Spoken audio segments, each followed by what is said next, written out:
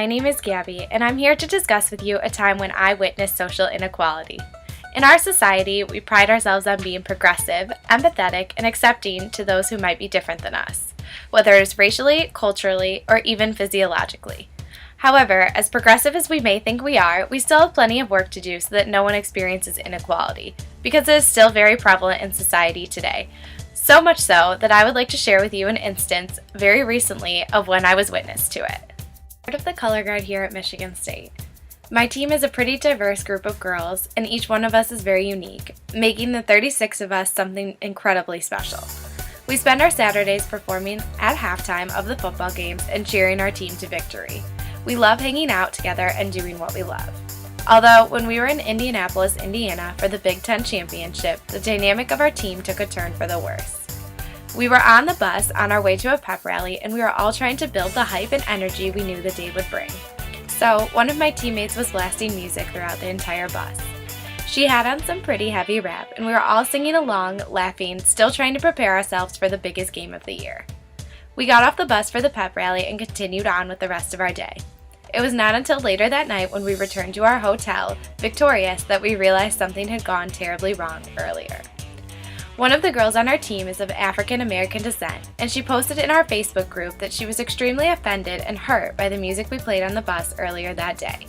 She said the music contained a lot of racial slurs, and she felt insulted by how African American people were being described in the music. She later decided to quit the team because she felt she was being discriminated against. Some people may think that this is a personal trouble because she was the only girl who was supposedly affected by this problem, being the only African American girl on the team. However, the issue really represents social inequality because it is an example of Patricia Hill Collins' matrix of domination. Through the intersections of race, class, and gender, we used the music to make it seem as though our teammate had a lesser social location and eliminate her from the status group. In other words, we held her to a different standard than we supposedly held ourselves, all because of race, thus making this an issue of mainly racial inequality. This incident reminded me a lot of issues that we discussed in class.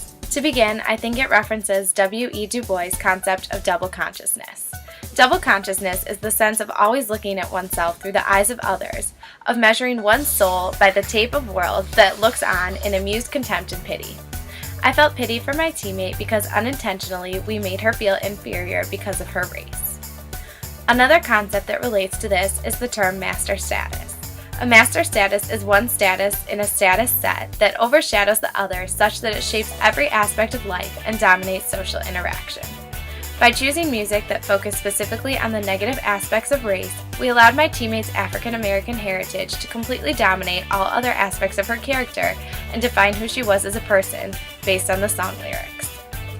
Finally, the concept of social stratification is very prevalent in this incident.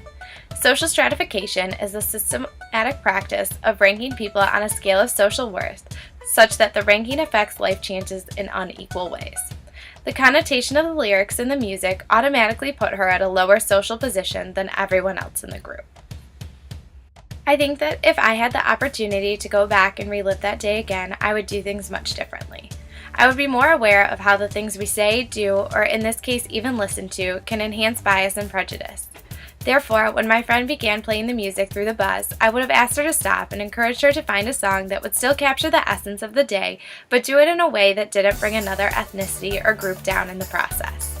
Had I not been so caught up in the emotional labor that came with being a performer that day, I would have had more opportunity to challenge the system and stand up for my teammate.